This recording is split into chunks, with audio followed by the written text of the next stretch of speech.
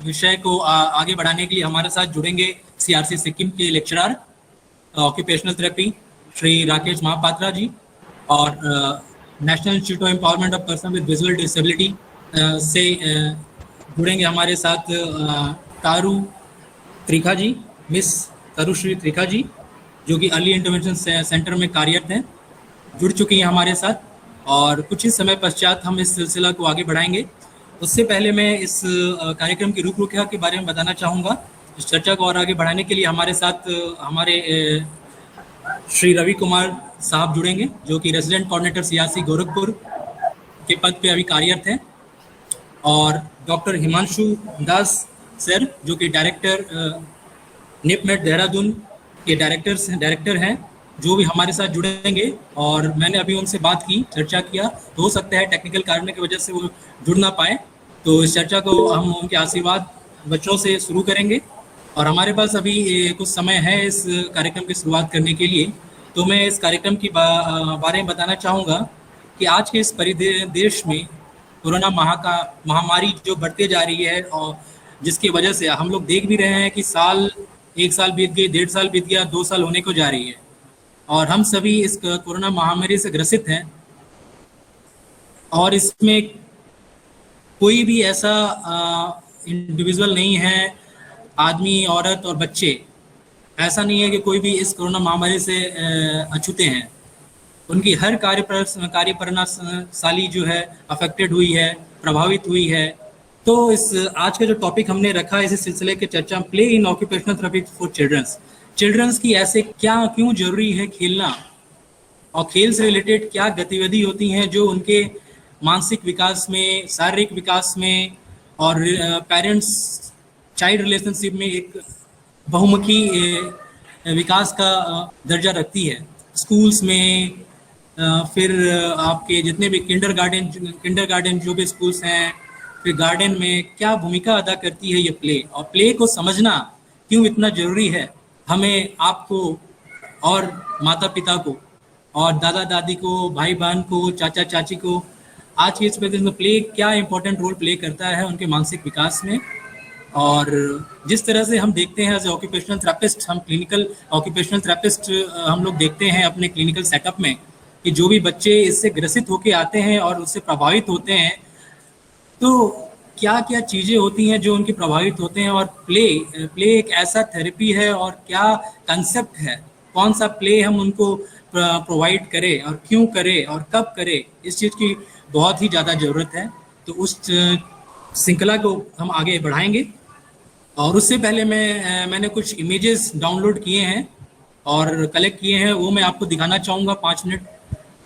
उससे आप लोगों को एक झलक नज़र आएगी कि आज का टॉपिक किस ओर हम जाएंगे।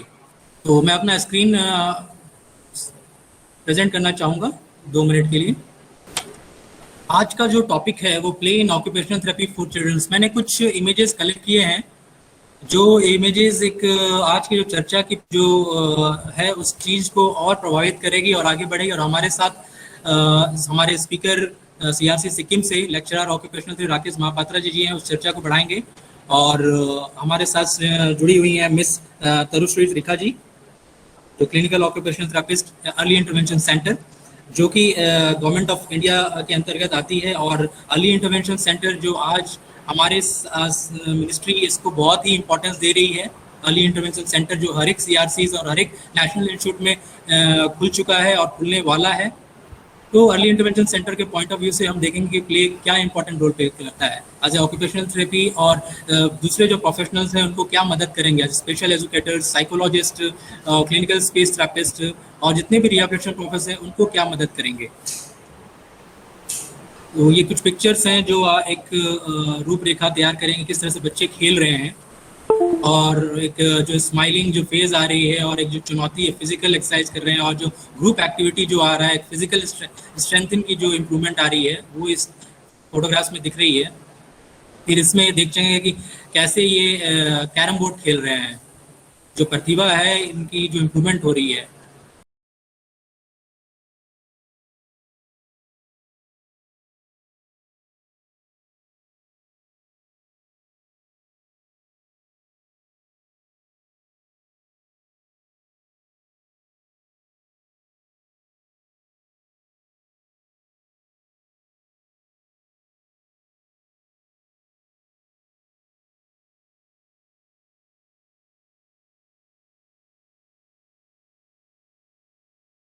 इस छोटा सा पीपीटी में मैं ये दिखाने की कोशिश किया हूँ कि जो बच्चे हैं, जो इंडोर एक्टिविटी और आउटडोर एक्टिविटी से क्या इम्प्रूवमेंट आता है बच्चों में।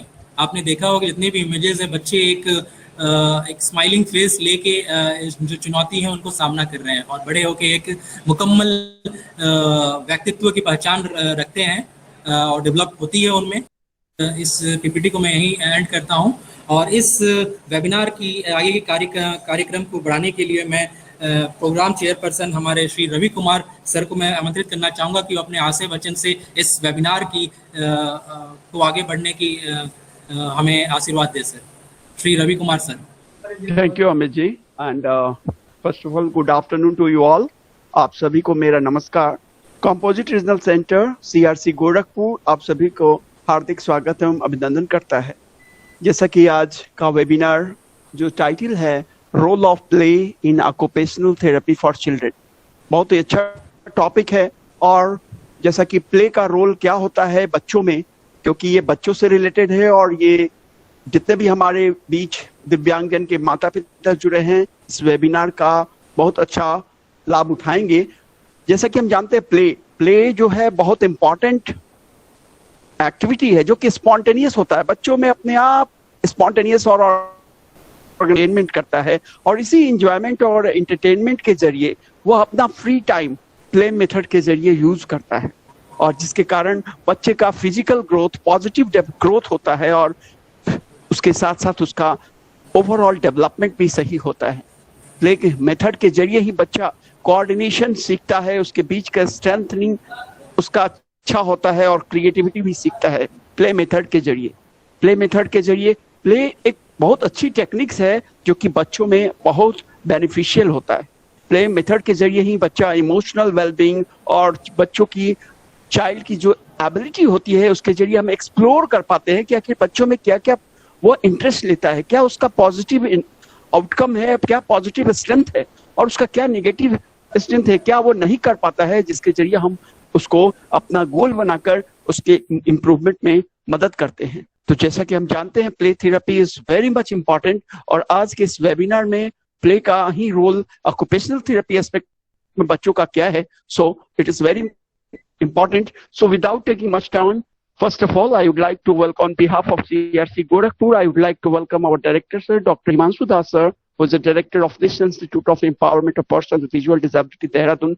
Warm welcome, sir. साथ ही साथ आज हमारे बीच इस role of play in occupational therapy के बारे में बहुत ही अनुभवी हमारे बीच रिसोर्स पर्सन हैं जो कि बच्चों में क्या प्ले का इम्पोर्टेंस है, प्ले से क्या क्या फायदे हो सकते हैं ऑक्यूपेशनल थेरेपी एस्पेक्ट से। मैं resource person miss Tanushree Trikha madam का भी मैं हार्दिक स्वागत करता हूं जो कि occupational therapist early intervention centre NIPBD Dehradun से जुड़ी हुई हैं। Warm welcome madam. क्योंकि अर्ली इंटरवेंशन नमस्ते क्योंकि early intervention is very much important because बच्चा जब जन्म लेता है और जन्म से 0 से 5 ईयर्स जो कि क्रिटिकल पीरियड होता है और इस क्रिटिकल पीरियड में ओवरऑल डेवलपमेंट न कि ऑक्यूपेशनल थेरेपी बल्कि all language development, speech therapy, psychosocial problem, everything will improve in this development, critical period development. So I think madam will explain very nicely. साथ ही साथ हमारे बीच श्री राकेश महापात्रा जी CRC सिक्किम से जो lecturer in occupational therapy पद पे CRC Sikkim से जुड़े हुए हैं, उनका भी हार्दिक स्वागत एवं अभिनंदन करते हैं। थैंक यू हमारे CRC के थैंक यू। और साथ ही साथ मैं इस वेबिनार से जुड़े जितने भी पेरेंट्स हैं, दिव्यांगजन भाई बंधु हैं और जितने भी other NGO parents, other stakeholders जुड़े हुए हैं इस वेबिनार का फायदा उठाएंगे। CRC के प्रोग्राम कोऑर्डिनेटर हमारे टीम मेंबर्स का भी मैं धन्यवाद देता हूं कि जो कि इस डे टू डे इस वेरी इंपॉर्टेंट टॉपिक को वेबिनार के जरिए पेरेंट्स को यूजफुल बनाएं। So thank you and once again welcome to you all. Now I hand over to Amit Kachhap ji to continue the programme. Thank you. Thank you Ravi sir. हमारे resident coordinator साहब जो CRC Gorakhpur में कार्यरत हैं और Himanshu Das sir, director Himanshu Das sir जो कि डायरेक्टर निपमेट देहरादून में कार्यरत हैं। सर मैं दोनों आप लोगों का अभिनंदन करता हूं और मैं आज के इस कार्यक्रम की शुरुआत करने से पहले मैं दोनों ही स्पीकर का मैं अभिनंदन करना चाहूँगा। और दोनों ही speaker master in occupational therapist हैं और हाईली क्वालिफाइड कैंडिडेट हैं क्वालिफाइड प्रोफेशनल्स हैं, तो मैं चाहूँगा कि वे अपने एक्सपीरियंस इस मंच से शेयर करें। और डॉक्टर हिमांशु दास सर हमारे आज इस वेबिनार में जुड़ नहीं पा रहे हैं, किसी शेड्यूल में बिजी हैं, तो उसके लिए मैं उनका हार्दिक अभिनंदन करता हूँ इस वेबिनार को आगे बढ़ाने के लिए। और रवि सर, आपका बहुत बहुत धन्यवाद सर आपके आशय वचनों से। और सीआरसी के सभी स्टाफ जो इस प्रोग्राम से जुड़े हैं, मैं उनका भी अभिनंदन करता हूं, और जितने भी अभिभावक हैं और जितने भी रिप्रेजेंटेटिव प्रोफेशनल्स हैं उनका भी धन्यवाद करता हूं। इस कार्यक्रम की शुरुआत की रूपरेखा के लिए सबसे पहले मैं आमंत्रित करना चाहूँगा तरुश्री त्रिखा मैडम का, जो कि अर्ली इंटरवेंशन सेंटर निपमेट देहरादून में कार्यरत है। मैडम, आपका स्वागत है। और आप आज आपका जो टॉपिक है वो rights of play and importance of providing है। मैडम, आप प्लीज़ अपने टॉपिक को शेयर कीजिए। Thank you sir. सबसे पहले सबको गुड आफ्टरनून। मेरा नाम है तरुश्री त्रिखा, मैं एक ऑक्यूपेशनल थेरेपिस्ट हूँ और मैं NIEPVT देहरादून में कार्यरत हूँ। तो हम आज का टॉपिक है हमारा प्ले। एक सेकेंड, जस्ट मैं अपनी स्लाइड्स शेयर कर देती हूँ, आप लोगों को और आसानी होगी समझने के लिए। थोड़ा प्ले से हम क्या समझते हैं, प्ले क्या है, खेल है क्या आखिर?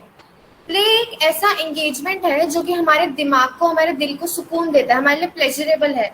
ऐसा फिजिकल और मेंटल एफर्ट है जिसमें हमें एफर्ट नहीं लगाना पड़ता, बहुत एफर्टलेस है। वो हमको सेटिस्फैक्शन देता है, हमको प्लेजर देता है, हमको खुशी देता है। वहीं पे काम क्या होता है? काम भी हमारा वॉलंटरी होता है। हम काम में वॉलंटरीली, मतलब अपनी मर्जी से अपने आप को इन्वॉल्व करते हैं। वो भी हमारा फिजिकल और मेंटल एफर्ट लगाता है, पर उसमें क्या फर्क होता है? काम से हमें मटेरियल बेनिफिट्स मिलते हैं, मतलब हम पैसे कमाते हैं, हमारे पास, हमको खाने के लिए पैसे चाहिए, हमको रहने के लिए पैसे चाहिए, तो मतलब हमें मटेरियल बेनिफिट्स के लिए काम करना पड़ता है। वहीं प्ले में ऐसा कुछ नहीं है। प्ले में हमें सिर्फ इमोशनल सेटिस्फैक्शन चाहिए, हमें खुशी चाहिए। एक और टर्म है डर्जरी। डर्जरी का मतलब है कि हम काम कर रहे हैं अपने सर्वाइवल के लिए, पर वो हमें पसंद नहीं है, वो हम अपने मन से नहीं कर रहे हैं, फिर भी हमें करना पड़ रहा है क्योंकि हमें पैसे कमाने हैं, हमें सर्वाइवल करना है। तो कहीं ना कहीं अगर हम देखें तो हमारा प्ले और वर्क, हमारा खेलना और हमारा काम करना कहीं ना कहीं कनेक्टेड हो सकता है। अगर हम वही काम करें जो हमें खुशी देता है, हमारे को मेंटल पीस देता है, तो हमारे लिए प्ले भी हो सकता है, वो बहुत इजीली हो जाएगा। वहीं वर्क और डर्जरी वो भी कहीं ना कहीं इंटरकनेक्टेड है, क्योंकि अगर हम कोई भी ऐसा काम कर रहे हैं जो हमको पसंद नहीं है, जो हमारे को मेंटल पीस नहीं दे रहा है, पर हमें करना पड़ रहा है क्योंकि हमें पैसे कमाने हैं, वो डर्जरी में कन्वर्ट हो सकता है। तो ये दोनों बहुत आपस में कनेक्टेड है। पर प्ले और डर्जरी ये दोनों कभी कनेक्ट नहीं हो सकते। कोई भी ऐसी चीज जो हमको प्लेजर नहीं दे रही, हमारे इमोशनल सेटिस्फैक्शन के लिए जरूरी नहीं है, तो ला ही नहीं सकती। ऑक्यूपेशनल थेरेपी यानी कि तो बच्चों में व्यवसाय क्या है? बच्चों का व्यवसाय ही खेलना है, ठीक है। तो इसीलिए उस बच्चों के व्यवसाय पे ध्यान देना, उनको समझना, उनके खेल को समझना बहुत जरूरी है एक ऑक्यूपेशनल थेरेपिस्ट के हिसाब से। ऑक्यूपेशनल थेरेपिस्ट और जितने भी लोग जुड़े रहते हैं बच्चों के साथ, उनके लिए भी बच्चों के खेल को समझना और उसके जरिए बच्चों को बढ़ाना, उनको पढ़ाना भी, साथ में उनकी ग्रोथ करवाना बहुत जरूरी है। अब आगे देखते हैं कि हमारे देश में बच्चों के लिए क्या कानून है। हमारा देश में हर किसी के लिए कानून है। बच्चों के लिए कुछ कानून है जो कि सबको पता है, जैसे कि बच्चों को हम काम नहीं करवा सकते, उनके ऊपर फोर्सफुली उनको काम करने के लिए नहीं भेज सकते, चाहे घर में गरीबी हो या अमीरी हो। बच्चों को पढ़ाना आजकल हमारे कानून के हिसाब से बहुत इम्पोर्टेंट है। मतलब ये सारे कानून है जो हमें बच्चों के लिए फॉलो करने हैं। पर एक इंटरनेशनल कानून है जिसको बोलते हैं United nation convention on rights of the child. अब ये इंटरनेशनल कानून इंडिया में भी लागू होता है, हमारे इंडिया में भी फॉलो किया जाता है। ये कानून क्या बोलता है कि कोई भी इंसान बिना उसकी एज के, छोटा बड़ा बच्चे मिला के सबके पास इक्वल राइट है, सबके पास ह्यूमन राइट्स हैं। तो हम इस कानून के तहत कुछ राइट्स की बात करते हैं बच्चों के लिए, जो कि प्ले से जुड़ी हुई है। बहुत सारी राइट्स हैं बच्चों के लिए, बहुत सारी चीजें हैं, पर क्या प्ले से, खेल कूद से कोई जुड़ी हुई राइट्स बच्चों के पास हैं हमारे कानून में?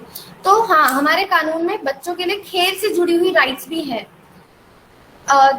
ये जो कानून मैंने आपको बताया इंटरनेशनल, इसके अंदर बेसिकली 4 चीजों पर ध्यान दिया गया है: सिविल, पॉलिटिकल, सोशल, इकोनॉमिकल और कल्चरल राइट्स बच्चों के लिए। इसके अंदर हम आगे की 4 राइट्स हैं। बच्चों का सर्वाइवल उनके लिए राइट है, बच्चों को मार नहीं सकते। बच्चों की प्रोटेक्शन करना उनके लिए एक राइट है, कोई भी उनपे कोई हाथ उठाए तो बच्चों को प्रोटेक्ट करना उनके लिए कानूनन एक कानून है कि बच्चों को हमें प्रोटेक्ट करना है। बच्चों की डेवलपमेंट उनके लिए कानून है और उनका पार्टिसिपेशन एक कानून है। इन कानूनों के बारे में बहुत सारी जानकारियां हैं, पर फिलहाल जो हमारा टॉपिक है प्ले, उसको मद्देनजर रखते हुए डेवलपमेंट इसका जो एक पार्ट है इस कानून का, उस पर ध्यान देते हैं। उसमें इस डेवलपमेंट राइट में बच्चों की एजुकेशन कराना सबसे बड़ा इम्पोर्टेंट है। बच्चों को अर्ली चाइल्डहुड मतलब बचपन में उसको केयर देना, उनकी डेवलपमेंट कराना बहुत इंपॉर्टेंट है। बच्चों की सोशल सिक्योरिटी, ताकि उनको कोई हार्म ना कर पाए, वो बहुत इंपॉर्टेंट है। और एक चौथी चीज जो कि हमारे प्ले से रिलेटेड है, मतलब right to leisure recreation cultural activities, ये हमारे कानून में लिखी गई है कि बच्चों को उनके मुताबिक खेलने देना, बढ़ने देना, उनको एक्टिविटीज में इन्वॉल्व होने देना उनका अधिकार है, उनका जन्मसिद्ध अधिकार है। तो अगर हमारा कानून भी हमको ये बोल रहा है कि हमें बच्चों को खेलने देना चाहिए, तो ये कितना इम्पोर्टेंट हो जाता है, कितना इम्पोर्टेंट सब्जेक्ट बन जाता है बच्चों के लिए। अब ये हमारी मॉरल रिस्पॉन्सिबिलिटी के साथ साथ हमारी लेजिस्लेटिव रिस्पॉन्सिबिलिटी भी है कि हम बच्चों को खेलने कूदने में आगे बढ़ाएं। उनके खेल कूद को हम रोक नहीं सकते किसी भी कारण से। कुछ थ्योरीज ऐसी हैं जो कि सजेस्ट करती हैं कि खेलना तभी माना जाएगा जब उसमें कुछ चीजें होंगी। जैसे कि अगर बच्चा कोई एक्टिविटी कर रहा है और वो अपनी मर्जी से कर रहा है, उसको खुश होके कर रहा है, वो उसको करने के लिए मोटिवेटेड है, बहुत खुश है, और उस एक्टिविटी को करने के बाद एक एंड प्रोडक्ट मिल रहा है, तभी उसको प्ले माना जाएगा। तो क्या आप सब लोग इस चीज से एग्री करते हैं कि ये सारी चीजें होनी जरूरी है तभी वो एक प्ले माना जाएगा? हो सकता है कुछ लोग एग्री करें, कुछ लोग डिसएग्री करें। तो इस चीज के लिए मैं आपको एक एग्जांपल देती हूँ। फॉर एग्जांपल, एक बच्चा है चाइल्ड ए, हमने उसको एक बॉक्स दिया ब्लॉक्स का और बोला कि बेटा आप खेलो इससे। अब उस बच्चे ने वो बॉक्स उठाया, वो टेबल पर गया, उसने टेबल पर ब्लॉक्स को निकाला, वो ब्लॉक्स लगा रहा है। एक उसके जो ब्लॉक्स का जो बॉक्स है उसके अंदर फोटो बना हुआ है ब्लॉक्स का कि ऐसे ऐसे करके एक पिक्चर बनाना है, 3D इमेज बनाओ। वो बच्चा बहुत ध्यान से, कंसंट्रेशन से बॉक्स को देख रहा है और वो ब्लॉक्स ड्रॉ कर रहा है, बिल्ड कर रहा है, और थोड़ी देर के बाद वो बिल्ड कर लेता है। अब वहीं एक दूसरा बच्चा है, चाइल्ड बी सपोज करो, हमने उसको भी सेम बॉक्स दिया एक ब्लॉक्स का कि बेटा आप इससे खेलो। वो बच्चा क्या करता है, वो बॉक्स लेता है, वो जाता है, वो जमीन पे सारे ब्लॉक्स फैला देता है। फैलाने के बाद वो पिक्चर को तो देखता ही नहीं है और रैंडमली कुछ भी ब्लॉक लगाता है, कोई भी कलर लगाता है, बिल्डिंग ऐसे टावर बनाता है, उसको तोड़ देता है, फिर दोबारा बनाता है और बहुत खुश होता है, बहुत इंजॉय करता है। तो हम देख रहे हैं कि चाइल्ड ए ने एक एंड प्रोडक्ट तो दिया, उसने सेम पिक्चर तो बनाया 3D इमेज में, पर वो हंस नहीं रहा था उसको करते, बहुत सीरियस था, कंसंट्रेशन में था।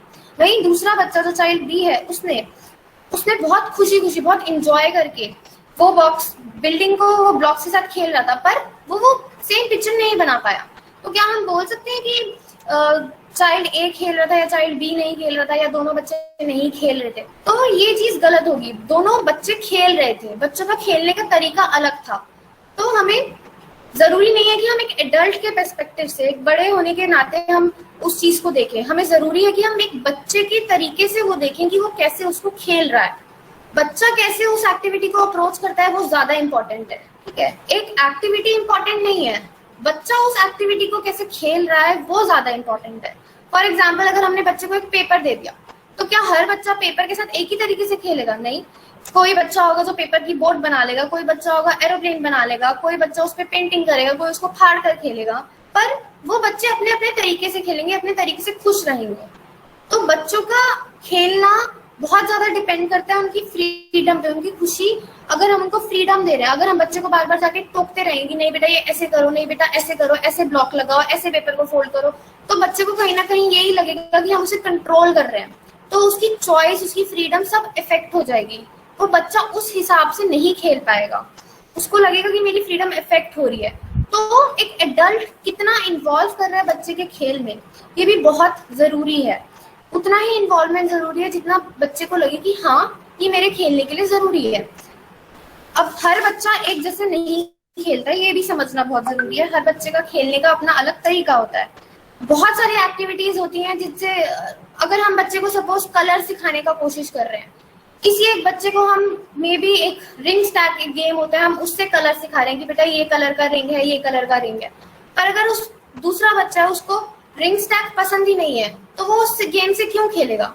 हमारे पास दूसरा तरीका है कि हम बच्चे के साथ कलर पेंटिंग इन्वॉल्व करें, उसके हाथों में पेंट लगाएं, उसको उस तरीके से कलर सिखाएं। तो जरूरी है कि हम बच्चे के तरीके से खेल को देखें, ना कि एक बड़े के तरीके से। हमारा अल्टीमेट गोल है कि हम बच्चे को सिखाएं, बच्चे को हमारे को चीजें समझाना सिखाना बहुत जरूरी है, जरूर, पर उससे भी ज्यादा जरूरी है कि हम वो बच्चे के तरीके से उसको सिखाएं, ना कि अपने तरीके से उसको सिखाएं। प्ले के बहुत सारे अच्छे अच्छे इफेक्ट्स हैं। सबसे बड़ा इफेक्ट ये है कि बच्चे हमेशा खुश रहते हैं खेलने से, पर उसके अलावा इसके कुछ साइंटिफिक इफेक्ट्स भी हैं जो कि बहुत सारी डेवलपमेंट्स कराता है हमारी बॉडी के अंदर। ये कुछ मैं उनके बारे में थोड़ा सा बताती हूँ। पहले तो मोटर डेवलपमेंट होती है, मतलब बच्चा चीजें उठाता है, भागना, दौड़ना, कूदना सब प्ले के जरिए बच्चा सीखता है। दूसरा विजन और फाइन मोटर डेवलपमेंट बच्चे में होती है उस प्ले से। बच्चे को खिलौना कहाँ से उठाना है, कितनी दूर से उठाना है, कहाँ पे रखना है, उसकी विजन कहीं ना कहीं डेवलप हो रही है इन सब चीजों से। उसके कई खिलौने ऐसे होते हैं जिनमें हमारे फाइन मोटर स्किल्स, मतलब हमारी उंगलियों का इस्तेमाल होता है, तो इससे उसकी फाइन मोटर स्किल्स भी डेवलप होती है।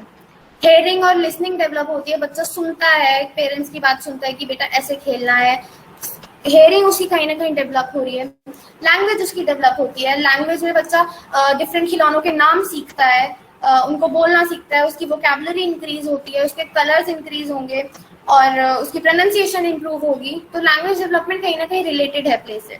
सोशल बिहेवियर डेवलप होगा, बच्चा धीरे धीरे फ्रेंड्स बनाना सीखेगा, अगर खेलेगा, जितना शेयरिंग करेगा अपने टॉयज की या दूसरों के टॉयज के साथ खेलेगा, तो सोशल बिहेवियर भी अपने आप में डेवलपमेंट है। इमोशनल डेवलपमेंट होगी, फ्रेंड्स बनाना एक बहुत बड़ा इमोशनल डेवलपमेंट है। बच्चे को हार जीत का फर्क समझ में आएगा कि ये गेम पूरा हुआ है, बच्चे के डिफरेंट इमोशंस आएंगे उसके अंदर, तो वो समझेगा उन चीजों को। बच्चा खुद कर रहा है तो वो ज्यादा समझेगा, अगर हम उसे फोर्सफुली करा रहे हैं तो वो समझाना थोड़ा मुश्किल हो जाता है। कॉग्निटिव डेवलपमेंट होगी उसकी, कॉग्निटिव में बच्चा डिफरेंट कलर समझेगा, वजन के बारे में समझेगा, साथ में उसको कितनी सारी प्रॉब्लम सॉल्विंग टेक्निक्स आएंगी कि अगर हम एक खिलौना एक चीज को ऐसे नहीं कर सकते तो हम ऐसे कर लेंगे। फिजिकल डेवलपमेंट होगी, जैसा कि हम सर ने फिजिकल डेवलपमेंट एक्सरसाइजेस कितनी अच्छी फिजिकल फिटनेस और हेल्थ मेंटेन रहती है। और ऐसी बहुत सारी स्टडीज हैं जो सजेस्ट करती हैं कि बच्चा अगर अपनी मर्जी से खेल रहा है, अपनी मर्जी से काम कर रहा है, तो वो ज्यादा अच्छे से डेवलप करता है और ग्रो करता है और चीजें सीख पाता है। हमारे प्ले का अल्टीमेट गोल यही है कि बच्चा सीख पाए, ग्रो करे। अगर बच्चा वो अपने हिसाब से करके सीख पा रहा है, उससे बेटर क्या रिजल्ट होगा।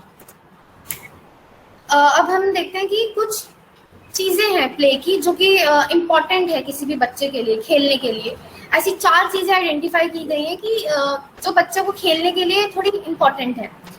पहली है प्ले थिंग, दूसरी है प्ले स्पेस, तीसरी है प्ले टाइम और चौथी है प्ले मेट्स। पहले हम प्ले थिंग्स को देखते हैं। जैसे कि ये नाम से ही बहुत जाहिर है प्ले थिंग्स क्या हो सकता है। प्ले थिंग्स कोई भी ऐसी चीज है जिससे कि बच्चा खेल रहा है, जिससे कि बच्चे की डेवलपमेंट में हेल्प हो रही है, बच्चा खेल सकता है उससे। जरूरी नहीं है कि वो फैंसी टॉयज हो, महंगे महंगे टॉयज हो, प्लास्टिक के टॉयज हो, ऐसी कोई भी चीज जिससे बच्चा खेल रहा है वो उसकी प्ले थिंग है। फॉर एग्जाम्पल कार्डबोर्ड हो गया, पेपर हो गया, स्पून हो गया, वेजिटेबल्स, पेबल्स, कुछ भी ऐसा चीज जिससे बच्चा खेल सकता है वो उसके लिए प्ले थिंग कहलाई जाएगी। फिर हम देखते हैं प्ले स्पेस। प्ले स्पेस क्या होता है, एक एरिया जहाँ पे बच्चा खेल पाए, फ्रीली खेल पाए, उसको डर ना लगे खेलने में, उसको सिक्योरिटी भी मिले। अगर आप बच्चे को मार्केट ले जाएंगे, क्राउडेड प्लेस में ले जाएंगे कहीं और आप उसको बोलेंगे कि बेटा खेलो, तो वो उसके लिए प्ले स्पेस नहीं है, बच्चा नहीं खेल पाएगा। तो बच्चे के लिए एक प्ले स्पेस होना, चाहे वो घर में उसका टेबल हो, उसका सोफा हो या घर का कोई भी कोना हो, वो बच्चे के लिए उसका प्ले स्पेस हो सकता है। तो उसको वो चीज देना बहुत जरूरी है कि उसको खेलने की जगह दे। ये घर के अंदर भी हो सकता है, इंडोर भी हो सकता है, आउटडोर भी हो सकता है। इंडोर में घर के अंदर जैसे मैं बताया सोफा, टेबल, चेयर, कुछ भी जो भी बच्चे को पसंद हो वहां पे वो खेल सकता है। बाहर पार्क्स होते हैं, इवन सड़क पे बच्चे खेलते हैं, तो वो उनका एक प्ले स्पेस होता है। बस हमें ये ध्यान रखना पड़ता है कि उस प्ले स्पेस में बच्चों को कोई हार्मफुल चीज अफेक्ट ना कर दे, उनकी सिक्योरिटी का हम लोगों को ध्यान रखना पड़ता है। नेक्स्ट आता है प्ले टाइम। प्ले टाइम बहुत इंपॉर्टेंट है। अगर हम बच्चों को सिर्फ थेरेपेटिक इंटरवेंशन दे रहे हैं या फिर एक्सरसाइजेस कराते रहते हैं या हम उनको पढ़ाए जा रहे हैं कि हमारे बच्चा तो पढ़ नहीं पा रहे हैं, हम उनको जबरदस्ती पढ़ाएंगे, तो इसका मतलब ये नहीं है कि वो ग्रो कर जाएगा, ज्यादा पढ़ लेगा। बच्चे को प्ले टाइम देना उतना ही जरूरी है जितना कि एक थेरेपेटिक इंटरवेंशन देना जरूरी है। बच्चे फ्रस्ट्रेट हो जाते हैं पढ़ने से भी, और अगर उनको हम लगातार किसी काम में इन्वॉल्व रखें, और असल में बच्चों का काम ही है खेलना। बच्चों का काम, अगर बच्चों का काम खेलना नहीं होगा तो किसका काम होगा? अगर हम बच्चों को दूसरे कामों में लगाए रखेंगे तो वो फ्रस्ट्रेट होने लग जाएंगे। उनको प्ले टाइम देना बहुत जरूरी है, और पर हमें इस चीज का ध्यान रखना पड़ेगा कि प्ले टाइम अनड्यू, मतलब बहुत लंबा ना दें हम उनको। अगर हमने उनको बहुत लंबा प्ले टाइम दे दिया तो वो बोर हो सकते हैं, अकेला महसूस कर सकते हैं, या फिर ऐसा भी लग सकता है कि हमारे पेरेंट्स को या एडल्ट्स को हमारी फिक्र ही नहीं है, वो हमसे थोड़ा सा निग्लेक्ट, हमसे बचना चाहते हैं, इसलिए वो हमको खेलने दे रहे हैं। तो एक particular amount of play time आप अपने बच्चे के लिए डिसाइड करना चाहिए, हर पेरेंट को, हर एडल्ट को, ताकि उसको उसकी ग्रोथ में और हेल्प। नेक्स्ट हम देखते हैं कि प्लेमेट्स एंड पार्टनर्स। अब आप बोलेंगे कि एक छोटे बच्चे का कौन खेलने का पार्टनर होगा, पर ऐसा नहीं है। जब भी एक बच्चा पैदा भी होता है, कोई इन्फेंट बच्चा भी होता है, उसके लिए उसकी मदर उसकी सबसे बड़ी, उसका केयर गिवर उसका सबसे बड़ा पार्टनर होता है। प्ले पार्टनर वही होते हैं। मदर का टच करना, मदर की आवाज, मदर छोटे छोटे गेम्स खेलते हैं, टिकलिंग करना, गुदगुदी करने के गेम्स होते हैं, कपड़ा लगा के पीकाबू टाइप गेम्स खेलते हैं। तो ये सारे गेम्स जो होते हैं उस बच्चे को मदद करते हैं ताकि वो सोशल हो पाए और उसके प्लेफुल स्किल्स इंप्रूव हो पाए। तो बचपन से ही हमारे पेरेंट्स, हमारे केयर गिवर्स ही हमारे प्लेमेट्स, हमारे पार्टनर्स बन जाते हैं। धीरे धीरे बच्चे और थोड़े थोड़े बड़े होते रहते हैं तो हमारे दादा दादी इन्वॉल्व होते हैं, घोड़ा बन के खेलना, इतने सारे गेम्स होते हैं जो सब खेलते हैं घर वाले मिलके। उस टाइम पे वो ही बच्चे के लिए प्लेमेट्स उसके पार्टनर्स होते हैं। इनफैक्ट जब बच्चा अकेला खेल रहा होता है, सोलो प्ले करना शुरू करता है, तब भी पेरेंट्स का कहीं ना कहीं रोल रहता है कि वो बच्चे को ऑब्जर्व करें, देख रहे हैं। इसके बारे में हम आगे अभी बात करेंगे। नेक्स्ट, बच्चा जैसे जैसे बड़ा होता रहता है और 3 साल की उम्र तक पहुंचता है तो वो बाहर जाके लोग बच्चों के साथ खेलने लगता है, मिलने लगता है। उन अपने प्लेमेट्स को, मतलब अपने खेलने वाले बच्चों को ही वो फ्रेंड्स समझता है अपना, वो दूसरों को जानने की कोशिश करता है। तो इससे क्या होता है, उसका एक फ्रेंडशिप वाला इमोशन भी डेवलप होता है। वो समझने की कोशिश करता है कि हाँ दूसरे का क्या बिहेवियर है, मेरा क्या बिहेवियर है। तो तब वो उसके प्लेमेट्स और उसके पार्टनर्स बन जाते हैं। बड़े होते होते बच्चे की लाइफ में बहुत सारे प्लेमेट्स और पार्टनर्स आते हैं। नेक्स्ट हम ये देखते हैं कि हमारा एडल्ट्स मतलब पेरेंट्स, केयर गिवर्स, हमारे rehabilitation professionals, occupational therapist, speech therapist, physiotherapist, सबका कुछ ना कुछ रोल होता है बच्चों की प्ले की जिंदगी में जो हमें निभाना होता है, जो हम एक रोल प्ले करते हैं। ये कुछ रोल्स हैं। फर्स्ट रोल है प्ले पार्टनर्स का। प्ले पार्टनर्स का मतलब हम इक्वली बच्चे के साथ खेल रहे हैं। फॉर एग्जाम्पल, बचपन में ही जब बच्चा बड़ा हो रहा होता है तो उसके घर वाले उसके साथ इक्वली पार्टनर होते हैं। उसको घोड़ा बनना है तो वो घर वाले घोड़ा बनते हैं और उसको अपने ऊपर बिठाते हैं, तो वो इक्वल प्ले में पार्टिसिपेट कर रहे हैं। नेक्स्ट रोल आता है ऑब्जर्वर का। जैसे कि मैंने अभी बताया था कि बच्चा जब अकेला खेल रहा होता है, वो ग्रोथ के प्रोसेस में होता है और एक ऐसा स्टेज भी आता है कि बच्चा अकेला खेलना पसंद करता है। उस टाइम पे जो पेरेंट्स होते हैं, जो एडल्ट्स होते हैं, उनका ये रोल होता है कि वो बच्चे को दूर से ऑब्जर्व कर रहे हैं, देख रहे हैं कि हाँ बच्चा खेल रहा है, वो डेवलप कर रहा है, कहीं ना कहीं प्रोग्रेस कर रहा है। नेक्स्ट रोल एडल्ट्स का आता है एडमायरर का। इसमें क्या होता है, बच्चे के प्ले को हमें वैल्यू देनी होती है। हाँ, उसे हमें अप्रेस करना होता है कि हाँ बेटा आप अच्छा खेल रहे हो, बेटा आप कितना अच्छा गेम है, आपने नया गेम सोचा है, तो हम उसके एडमायरर बनते हैं उसके प्ले के। एक नेक्स्ट रोल होता है फैसिलिटेटर रोल का। मतलब कि बच्चे को खेलने में थोड़ा सा आसानी देना, उसके साथ खेलना नहीं पर उसके प्ले को थोड़ा सा आसान बनाना, फैसिलिटेट करना। फॉर एग्जाम्पल, बच्चे किचन सेट खेलते हैं, छोटे बच्चे होते हैं, तो वो ऐसे नकली प्लेट्स और चम्मच और गैस सब कुछ रखते हैं अपने पास। तो पेरेंट्स क्या करते हैं, उनको छोटी छोटी नकली रोटियां बना के, असली वाली रोटियां बना के दे देते हैं, थोड़ी सी सब्जी दे देते हैं उनके उन किचन सेट के प्ले मटेरियल में। तो वो पेरेंट्स क्या कर रहे हैं, उसको फैसिलिटेट कर रहे हैं ताकि वो अपना गेम जो है और अच्छे तरीके से इजीली खेल पाए। तो ये फैसिलिटेटर का रोल है एक तरीके से। नेक्स्ट एक रोल आता है एडल्ट का, मॉडल का। कोई भी प्ले मटेरियल है हमारे पास, अगर हम बच्चे को सिखा रहे हैं कि सेम प्ले मटेरियल से कितने डिफरेंट तरीकों से खेला जा सकता है, तो हम उसको मॉडल कर रहे हैं। फॉर एग्जाम्पल, एक कार्डबोर्ड है, बच्चा कार्डबोर्ड के साथ बस उसको फाड़ रहा है, उसको नहीं समझ में आ रहा कैसे खेलना है, तो हम क्या कर सकते हैं, कार्डबोर्ड के अंदर आईज बना देंगे, फेस बना देंगे, उसको काट देंगे, उसको एक कैप पहना देंगे, या फिर कार्डबोर्ड से कम क्राफ्ट मटेरियलिंग का दिखा सकते हैं। तो हम बच्चे को सिखा रहे हैं कि प्ले मटेरियल को कैसे वो यूज कर सकता है, तो हम एक मॉडल की तरह उसको सिखा रहे हैं। नेक्स्ट आते हैं मीडिएटर का रोल। मीडिएटर के रोल में होता है कि बच्चों में लड़ाइयाँ होती हैं, खेलते खेलते कॉन्फ्लिक्ट्स होते हैं, भाई बहनों में हो जाती हैं। तो मीडिएटर के रोल में एडल्ट उन लड़ाइयों को, उन प्ले की लड़ाइयों को कहीं ना कहीं रिजॉल्व करता है, उनको सुलझाने की कोशिश करता है। तो एडल्ट्स वहां पे एक रोल प्ले करते हैं। लास्ट एडल्ट्स का रोल ये है कि आइडेंटिफाई किया गया कि एक सेफ्टी ऑफिसर की तरह है। धीरे धीरे जब बच्चे बड़े होते हैं, वो पार्क्स में जाके खेलने लगते हैं, अपने आप खेल रहे होते हैं, उसमें पेरेंट्स को कोई इन्वॉल्वमेंट नहीं चाहिए होता है, पर पेरेंट्स फिर भी उनको दूर से देख रहे होते हैं एज उनकी सेफ्टी इंश्योर करने के लिए कि वो ठीक है, वो गिर तो नहीं गए या फिर उनको चोट लग गई। सिर्फ उनकी सेफ्टी के लिए पेरेंट्स उनको देख रहे हैं दूर से। तो एडल्ट्स का वहां पे रोल आ जाता है एज अ सेफ्टी ऑफिसर, उनकी सेफ्टी के लिए।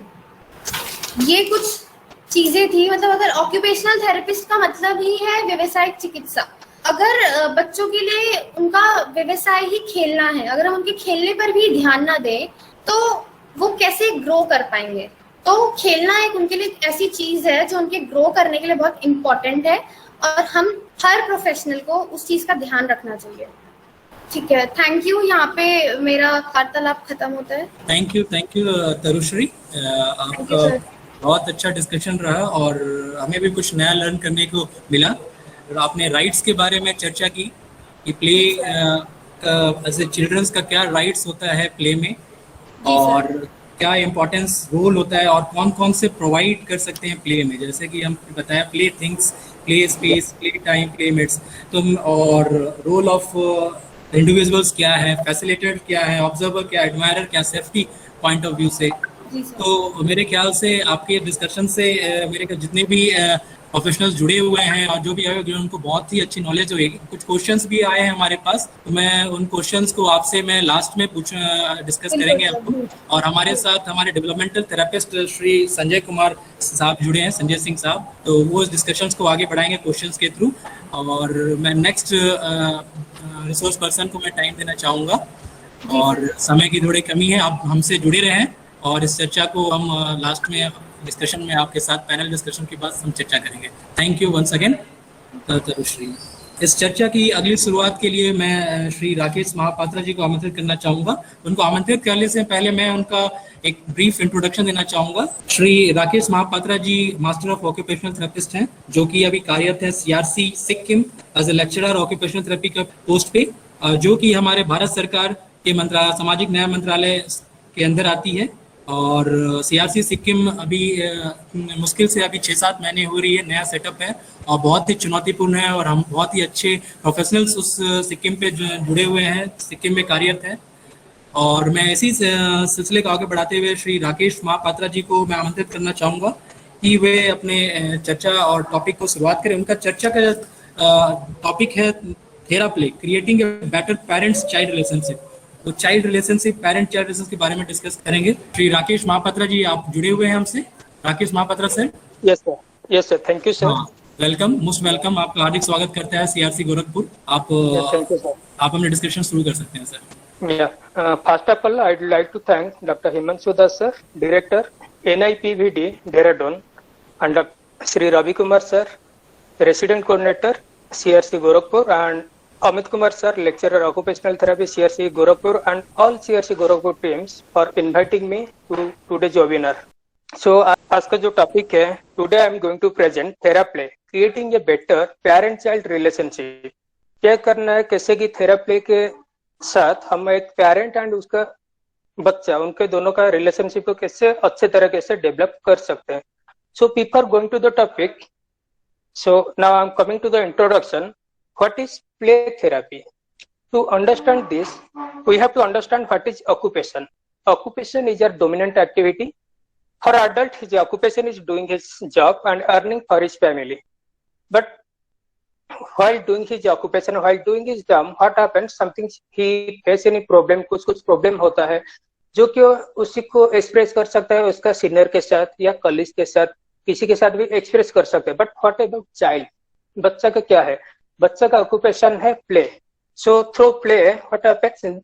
Through play child shows his feelings, asks for his needs, sometimes due to any reason, may be any neurological problem, psychological issue, any other trauma, child cannot able to play properly. He cannot able to express its emotions, cannot get out of the problem.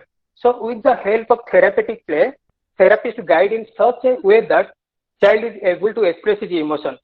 And here what happens, we can develop a better parent child relationship. So coming to the next slide, थेराप्ले हम लोग कहाँ पर use करते हैं, कहाँ पर use कर सकते हैं, कहाँ पर ये पाया जाता है? Generally in schools, home, out patient mental health clinic, hospital, rehabilitation centres, early intervention units, जहाँ पर हम लोग क्या करते हैं, early identification and early intervention होता है हाई रिस्क इन्फेंट का, then residential treatment centres, homeless shelter, then private practices also. So ये थेराप्ले का पार्टिसिपेंट कौन कौन होते हैं? पार्टिसिपेंट होते हैं फर्स्ट तो चाइल्ड, क्योंकि उसी का ही प्रॉब्लम है, then parents or primary caregivers, then one or two therapists. Why one or two therapists? Because sometimes कभी कभी क्या होता है, जब एक थेरापिस्ट प्ले थेरापी दे रहा है, उसी टाइम क्या होता है, पेरेंट्स को इन स्टार्टिंग में हम इन्वॉल्व नहीं कराते हैं. उसी टाइम क्या होता है, अगर टू थेरापिस्ट रहेंगे, एक थेरापिस्ट ऑब्जर्वेशन रूम में पेरेंट्स के साथ बैठ के बात कर सकते हैं, जहाँ से वो बोल सकते हैं कि डिस्कशन कर सकता है कि कैसे हो रहा है थेरापी, क्या हो रहा है बच्चों में, क्या प्रॉब्लम, क्या नहीं, जो ट्रीटिंग थेरापिस्ट है वो क्या करा रहा है, क्या नहीं. Then coming to the next slide, setting कैसा होना चाहिए, जो थेरापी का सेटिंग होना चाहिए वो कैसा होना चाहिए? The room should be simple, functional and comfortable. Comfortable भी होना चाहिए, वहाँ ये फंक्शनल होना चाहिए, बहुत सारा मेसी नहीं होना चाहिए.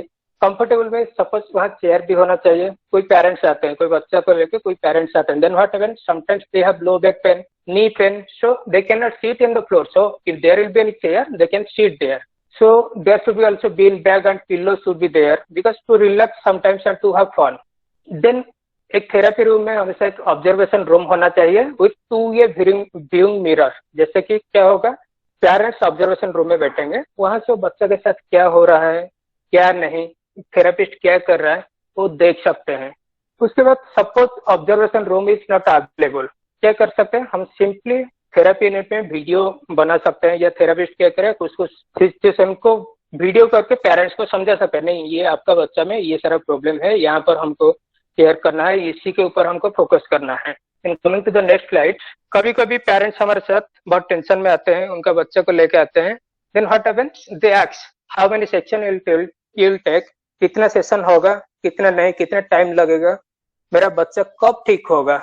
ये कुछ जनरल क्वेश्चन आता है, and it should be obvious question, there is no problem, they can ask any question. So according to the evidence, how many sessions, the session should be 18 to 24 session. This include an assessment period of 3 to 4 session.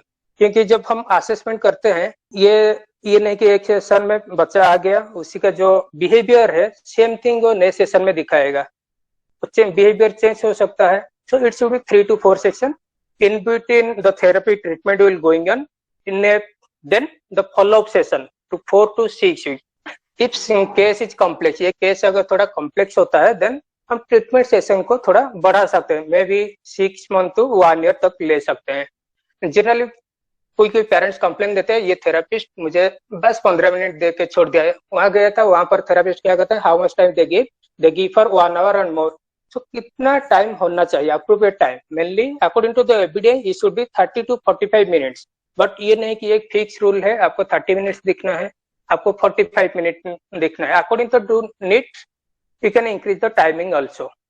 Therapy से क्या benefit मिलेगा, benefit child का coping strategy develop होगा, problem solving skill develop होगा, then self respect, self image भी develop होगा, then respect for others, then anxiety कम होगा, then social skill and parent child relationship भी develop होगा, then also fine and gross motor will be developed.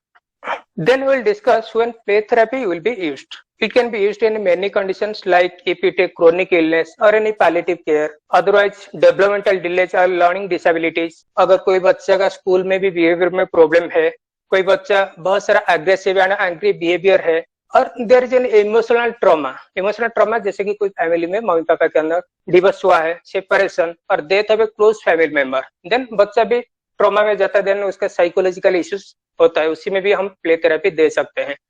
Then घर में अगर पेरेंट्स में झगड़ा होता है, कोई वायलेंस होता है, देन सेक्सुअल अब्यूज होता है बच्चे में, देन उसी को एक ट्रॉमा होता है, उसी में वो बच्चा डिप्रेशन में चला जाता है, वो एक्सप्रेस नहीं कर पाता है, देन एंजाइटी बढ़ जाता है, देन डर होता है. Then eating and toileting disorder, this both two are the psychiatry disorder, इसमें उसका social, communication, physical, all this problems you can get.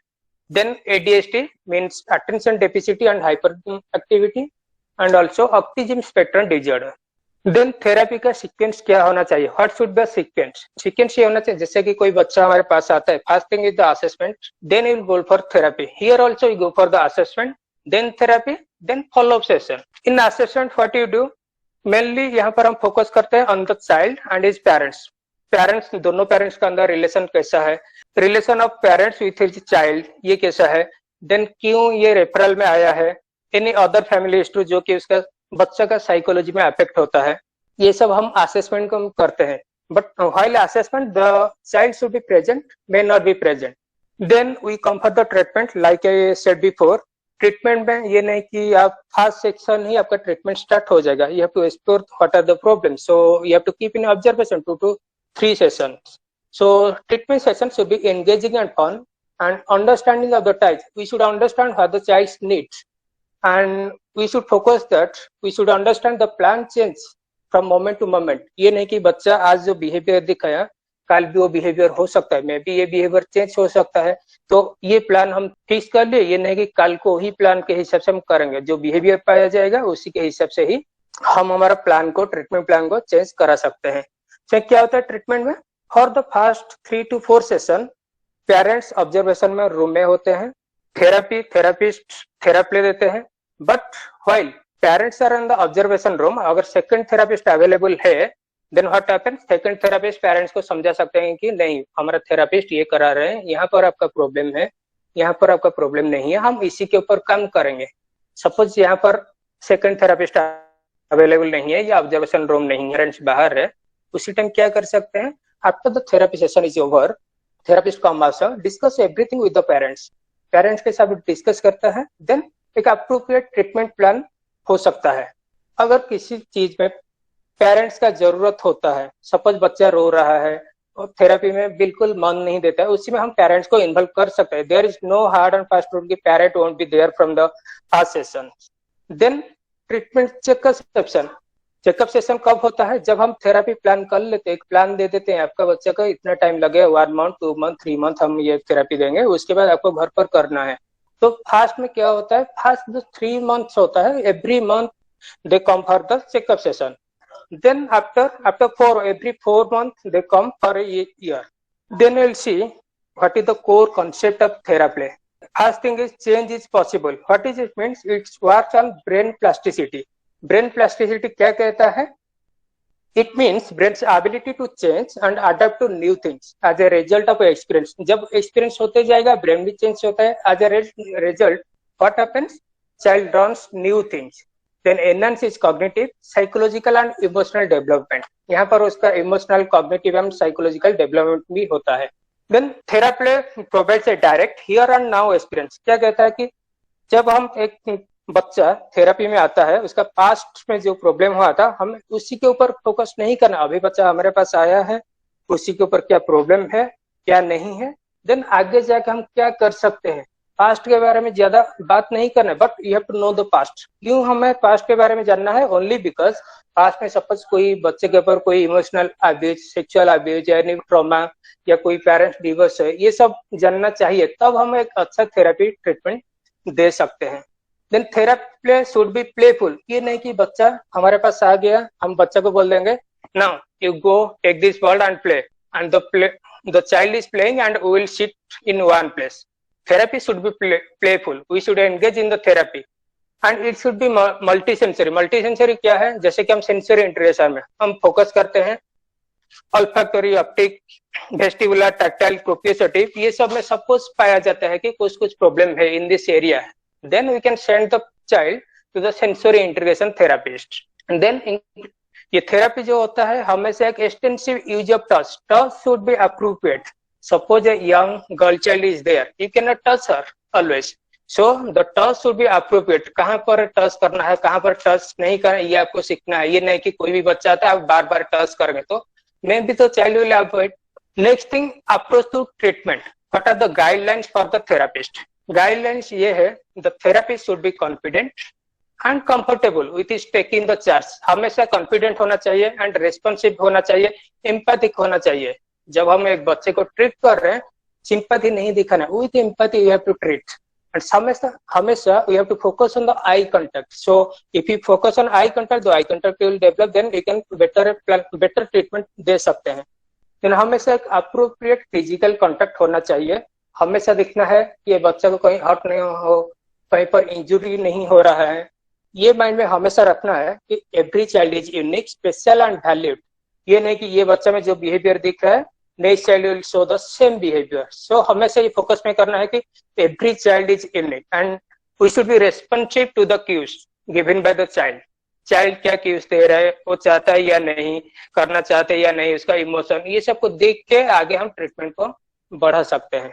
Then how to prepare the parents for the active role in the treatment. Parents को कैसे हम एक active role therapy में involve करा सकते हैं. फर्स्ट थिंग ये दिखना है कि the reason for the referral, तो क्यों हमारे पास आए हैं, उनका हिस्ट्री क्या है, उनका रिलेशनशिप क्या है उनके दोनों पेरेंट्स के बीच, बच्चों के साथ, फैमिली में क्या प्रॉब्लम है क्या नहीं, ये सब जानना है. उसके बाद उनको टोटल हिस्ट्री लेने के बाद you have to create a treatment model and you have to present in front of the parent. Means हम पेरेंट्स को बोलना है कि ये प्रॉब्लम है, ये एरिया में डेफिसिट है, so we have to present in new way, you have to go for this. Then अगर पेरेंट्स यहाँ पर प्रिपेयर नहीं है, सपोज लगता है कि now parents are not ready, so you have to give them more time. Then कुछ parents आता है, they are saying कि मैं क्यों नहीं मेरे बच्चे के साथ रहूंगा, मेरा बच्चा मैं उनके साथ रहूंगा, क्यों बाहर रहूं, क्यों ऑब्जर्वेशन में रहूंगा. You have to be confident and you have to say this is the process of a therapy. So but कहाँ पर कैसे डिसाइड करें कि ये बच्चा को यहाँ पर रहना है. जैसे कि एक चाइल्ड है 2 इयर्स में कम है, तो उसी का जो इमोशनल अटैचमेंट है it is with the parents, mostly with the parents. So अगर बच्चे का एज लेस देन 2 इयर्स तो वहां पर बच्चे को विद पेरेंट्स में रहना है. देन कोई ट्रॉमा है, कोई प्रॉब्लम है, देन कोई एवरेज है, उसी टाइम चाइल्ड का मेंटल हेल्थ सही नहीं होता है, that time also parents should be there in the treatment session. और कोई बच्चा जो कि अडॉप्ट हुआ है फॉस्टर होम से, उनका भी वहां पर पेरेंट्स का इन्वॉल्व होना चाहिए. Next, working with the child. When we work with the child we go in this phase. First thing is introduction. जैसे इंट्रोडक्शन में क्या है, जैसे कि कोई बच्चा आता है, the child come to the therapy room, so there should be ground rule. What should be the ground rule? That therapy should be guided, the child will be kept safe and it will be organised. ये नहीं कि बच्चा आ रहा है आपको कोई भी कुछ भी दे देंगे, ये it should be in A guided way. And next thing, we have to quickly assess the readiness of the child. What is the readiness of the child?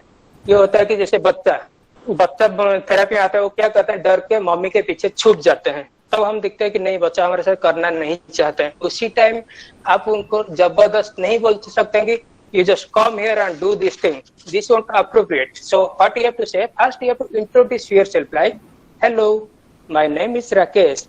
I know you are a very good girl. You are a strong girl. It's okay if you don't want to do the therapy. Your mom is there, so we'll both will do this. So अभी आपको क्या करना है, उनका mummy को उनको बोलना है कि बच्चा को बोला नहीं, आप एक हाथ आपको मम्मी को पकड़ लीजिए, एक हाथ मेरे हाथ में पकड़ लीजिए, तब हम जाके ये थेरेपी के लिए चलेंगे. थेरेपी तो नहीं बोला, उनको बोला ये बॉल के पास चलो खेलते हैं. Suppose at the time also child does not obey to you, so यहाँ पर फ्रस्ट्रेट नहीं होना है. मैं भी ये फर्स्ट सेशन है इसलिए बच्चा नहीं कर रहा होगा, so you have to wait, you have to work with confident. ये नहीं कि बच्चा नहीं कर रहा है आपको डिप्रेस हो जाना है. देन क्या करना है, सपोज एक बच्चा आता है in the first session, you are inside the therapy room and the child is with you and the parents are in the observation room. So at the time the child cry, child हमेशा बोलता है कि मैं बाहर जाऊंगा, mummy के पास जाऊंगा. उसी टाइम क्या करना है, डायरेक्ट नहीं छोड़ना, उसी को एश्योरेंस देना है कि your mom is outside, if you need them they'll come inside, or if you want you can go, but let's play together. If you want just tell me, I will ask your mom to come inside, like this. तब क्या होगा, उसी का एक trust develop होगा कि नहीं मेरे को जानने के लिए कोई है, यहाँ पर मैं ट्रस्ट होती हूँ, मेरा कोई प्रॉब्लम नहीं होगा, ये सिक्योर होगा. देन हम आएंगे एक्सप्लोरेशन फेज. एक्सप्लोरेशन फेज में क्या होगा, सपोज एक बच्चा जन्म लेता है, उसी टाइम क्या होता है, उसका मम्मी पापा उसका हाथ पांव चेक करते, वो खेल रहा है नहीं, हंस रहा है या नहीं, उसका कलर क्या है नहीं, चेक कर रहे. In that phase also treatment session क्या होता है कि पेरेंट्स थेरेपिस्ट को एक प्रॉपर वे में चेक करनी. ये नहीं कि जैसे कि हम adult patient muscle tone, strength, range of motion check करते हैं, we can not check all this things. What you have to do, you have to quickly assess like is there any color of the eyes, is there any change.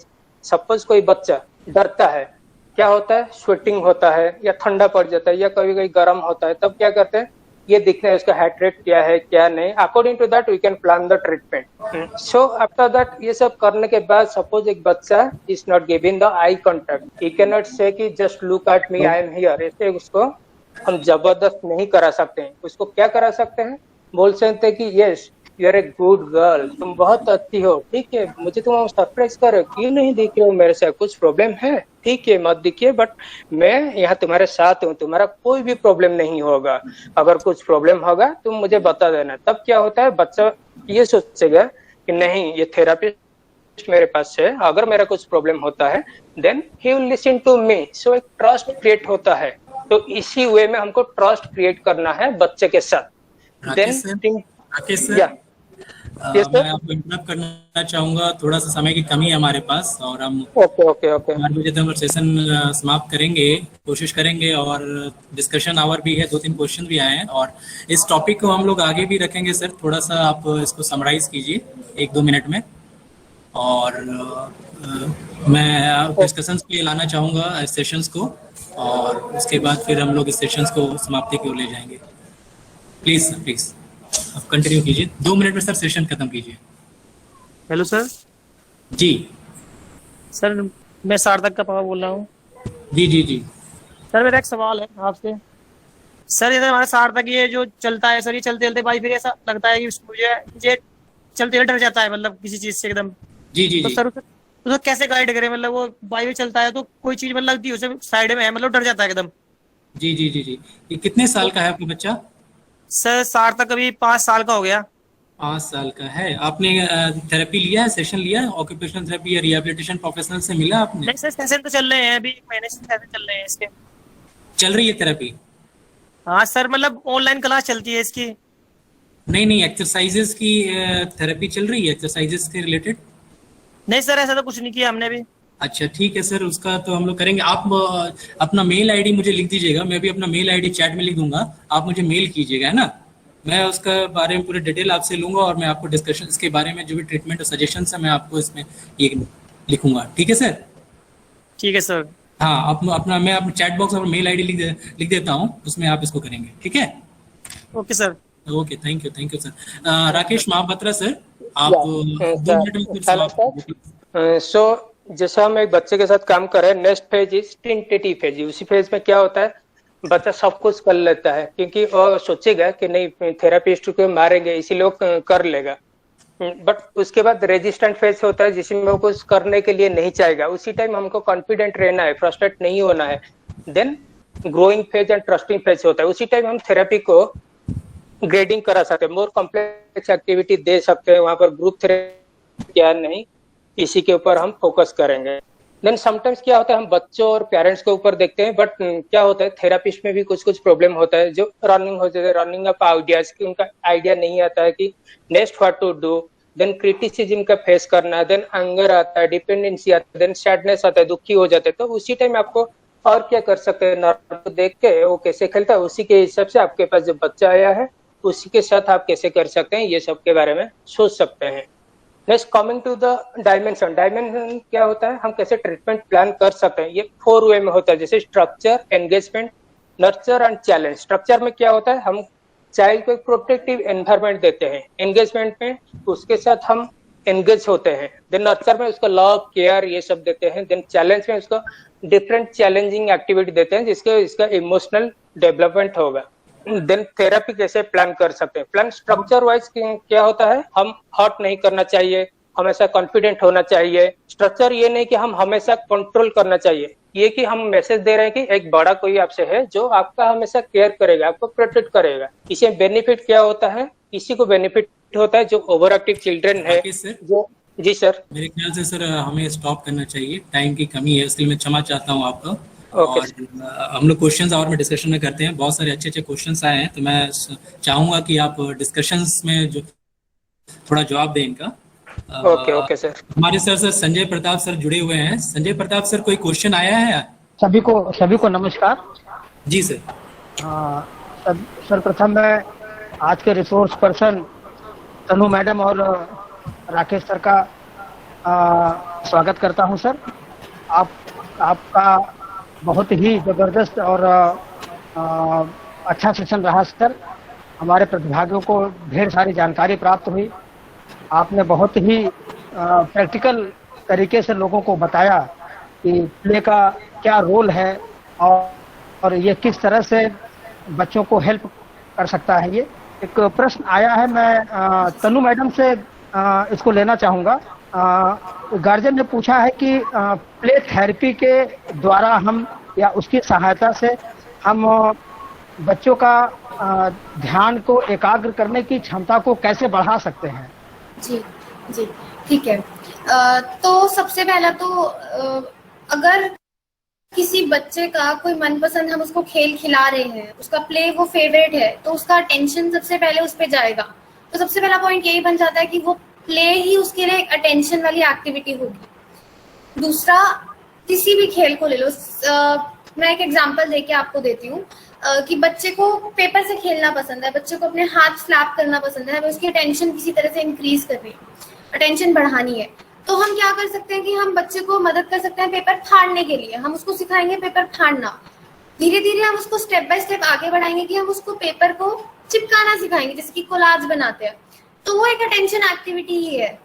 बच्चे को paper से activity करना पसंद था, हमने उसको modify करा कि उसको हम एक एक्टिविटी करवा रहे हैं प्लेफुल वे में, तो उसकी अटेंशन अपने आप इंक्रीज होगी। हर एक्टिविटी के साथ ऐसा किया जा सकता है। बहुत बहुत धन्यवाद मैडम। मुझे लगता है निश्चित रूप से उनको इसका जवाब मिल गया होगा। और अगला प्रश्न है मैडम, एक 6 साल का ऑटिस्टिक बच्चा है, माइल्ड ऑटिज्म है मैडम। उन्होंने पूछा है कि हम इस बच्चे को किस तरह के खेल में शामिल कर सकते हैं। ऑटिज्म के केसेस में हमने जनरली भी ये भी देखा है कि सेंसरी प्रॉब्लम्स भी ज्यादा हो जाती है। मतलब हमारी टच की सेंसेशन में दिक्कतें, मतलब हर तरह की किसी भी सेंसेशन प्रॉब्लम में दिक्कत हो सकती है। तो ऐसे बच्चों को ज्यादातर ग्रुप वाले खेलों में हमें इन्वॉल्व करना चाहिए। साथ में सारे बच्चे हो, रिंगा रिंगा रोजेस टाइप के गेम्स है उसके अंदर इन्वॉल्व करें। बच्चा हाथ पकड़ना भी सीखेगा, इंटरेक्शन भी सीखेगा, साथ में उसका खेल भी होगा। तो ऐसे में ग्रुप प्ले करवाना, पार्क में ले जाकर आप हैंगिंग करवा सकते हो उनको, और बॉल कैच थ्रो करवाना दूसरे बच्चों के साथ। तो जितना ग्रुप इन्वॉल्वमेंट होगा वो उस बच्चे के लिए खेल के जरिए वो बहुत अच्छा रहेगा ऑटिस्टिक बच्चों के लिए। बहुत बहुत धन्यवाद मैडम। एक अगला प्रश्न मैं राकेश सर से लेना चाहूँगा। शिल्पा भास्करन जी ने पूछा है कि स्लम एरिया में रहने वाले ऐसे बच्चे जो छोटे छोटे मकानों में रहते हैं, प्रॉपर प्लेस भी नहीं है उनके पास खेलने के लिए, और चूंकि कोविड पैंडेमिक चल रहा है, तो उन्होंने पूछा है कि उनके लिए उनको किस तरह के खेल में शामिल किया जा सकता है। Rakesh sir. Thank you sir. जैसे कि एक बच्चा सपोज स्लम एरिया में है, तो फर्स्ट थिंग ये देखना है कि वो अप्रोप्रिएट, क्योंकि फर्स्ट थिंग तो थेरापिस्ट के साथ अगर वो मोबाइल के फैसिलिटीज है, टेलीरिहैब के फैसिलिटी है, वीडियो कॉल में देख सकते हैं तो कैसा एरिया है, तो पेरेंट्स के साथ हम अच्छे से फर्स्ट टाइम डिस्कशन कर सकते हैं कि क्या क्या प्रॉब्लम है। उनको बस बताना है कौन सा एरिया में प्रॉब्लम है। सपोज जो घर में है कोई एक्टिविटी अवेलेबल नहीं है, उनके पास बहुत सारा इंस्ट्रूमेंट नहीं है, ये नहीं कि उनको कुछ इंस्ट्रूमेंट चाहिए, कोई प्ले थेरेपी का इक्विपमेंट चाहिए, पर जो घर में अवेलेबल है उसी के साथ हम ऑर्गेनाइज कर सकते हैं, स्ट्रक्चर करते हैं, ये थेरेपी उनको दे सकते हैं। ये नहीं कि बस उनको स्पेसिफिक एक्सरसाइज चाहिए, अगर थेरेपिस्ट बोल दिया आपको ये बॉल के साथ खेलना है, मीन्स ये नहीं कि बस आपको बॉल के साथ ही खेलना है। बस अगर आप डिसाइड करें कि जान लिए कि कौन सा एरिया में प्रॉब्लम होता है, क्यों ये प्रॉब्लम होता है, देन हम डिसाइड कर सकते हैं घर में क्या करना है। जैसे मैडम ने बताया कि पैंडेमिक सिचुएशन में हमेशा ये फोकस करना है कि बच्चा घर में रहेगा कैसे, घर में पेरेंट्स के साथ खेलेगा, तब जाके ये सब करा सकते हैं, बाहर नहीं छोड़ना, इसके ऊपर बस जनरली फोकस करना है। Thank you sir. Thank you sir. Sir मैं सर की बात में ऐड करना चाहूंगी कुछ। हाँ यस मैडम। पेरेंट्स के लिए ज्यादा इजी रहेगा कि वो एक टर्न बना सकते हैं, ग्रुप बना सकते हैं पेरेंट्स अपना, कि टर्न बाय टर्न एक पर्सन के घर में जाके बच्चे इकट्ठे होके खेलेंगे। क्योंकि स्लम एरिया में जैसे कि प्ले खेलने की जगह नहीं होती है ज्यादा, तो टर्न बाय टर्न वो कभी एक बच्चे के घर में जाके सारे बच्चे इकट्ठे होकर खेलेंगे, कभी दूसरे बच्चे के घर में इकट्ठा होकर खेलें। तो एक अच्छा तरीका हो सकता है उनको प्ले स्पेस और प्ले टाइम देने के लिए। और मैं भी एक पॉइंट ऐड करना चाहूँगा इसमें सर। जो मैंने स्टार्टिंग में जो पीपीटी बताया था उसमें मैं स्लम एरिया आउटडोर एक्टिविटी का ही पिक्चर रखा हूँ। मैं एक बार फिर से शिल्पा भास्कर मैडम और जो भी अभिभावक जुड़े हुए हैं उस जो पिक्चर्स है उसको जरा एनालाइज करें। मैं एक बार फिर से इसको शेयर करना चाहूँगा अपना स्क्रीन, तो एक बार उसमें मैं डिस्कस करना चाहूँगा अपने इंटायर स्क्रीन में पीपीटी, जिसमें मैंने आउटडोर एक्टिविटी और स्लम एरिया पे बेसिकली ये डिजाइन ही है। पहले मैं देखा हम लोग छोटे में झूला झूलते थे, पेड़ पे झूला झूल रहे हैं। और अगर इसमें आप देखेंगे और भी बहुत सारे एक्टिविटी है, जैसे कि बता ये स्लम एरिया के ही है, प्लेफुल एक्टिविटी यही है। और डेवलपमेंट जो हो रही है ये प्ले में फिजिकल एक्टिविटी डेवलप हो रही है। एज ए ऑक्यूपेशनल थेरेपिस्ट का पॉइंट ये मैं बताना चाहूँगा कि जो ये प्ले तो नॉर्मल बच्चों को भी जरूरत होती है, और डिसेबल्ड बच्चे जो माइल्ड मॉडरेट सीवियर लर्निंग के बच्चे हैं, ऑटिस्टिक बच्चे हैं, मस्कुलर डिस्ट्रॉफी के बच्चे हैं, और इस एज में अगर वो ग्रसित हो जाते हैं किसी बीमारी से या विकलांगता से, तो ऑक्यूपेशनल थेरेपी उन्हें चिन्हित करेगा और उसको डिजाइन करेगा, उसका असेसेबल इन्वायरमेंट बनाने की कोशिश करेगा। और एक्टिविटी हर जगह है।